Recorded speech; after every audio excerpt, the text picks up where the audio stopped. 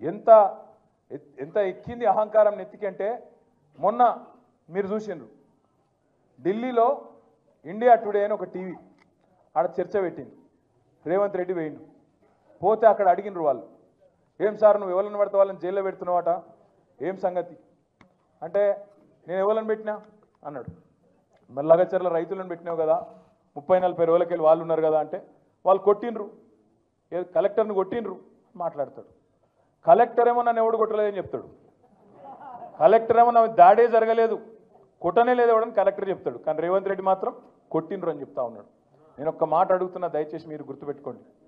ఒక లగచర్లలో రైతులనే కాదు, ఇలా సోషల్ మీడియాలో పోస్టులు పెట్టే పిల్లలకు ఎస్ఐలు ఫోన్ చేస్తున్నారు, సిఐలు ఫోన్ చేస్తున్నారు, డిఎస్పీలు ఫోన్ చేస్తున్నారు. నేను చెప్పేది కరెక్టేనా?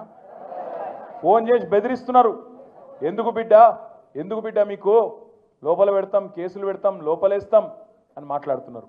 ఇప్పుడే ప్రవీణ్ గారు చెప్పినట్టు కోస్గిలో మీరు ఇక్కడికి వస్తుంటే, హైదరాబాద్లో మీ పార్టీ ఆఫీస్కి మీరు వస్తుంటే, మీ ఇంటికి మీరు వస్తుంటే ఆడబెట్టి మీ మీద పీడీ యాక్ట్ పెడతాం లోపలేస్తాం అని బెదిరించుడు.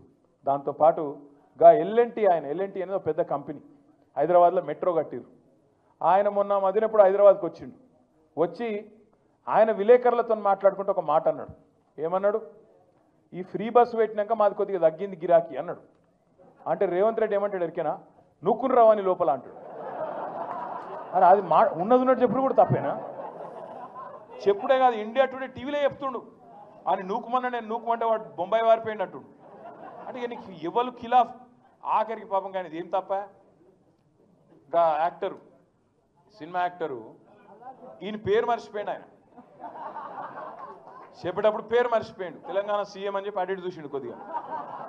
మనవానికి ఆయన ఎక్కడో తలిగింది.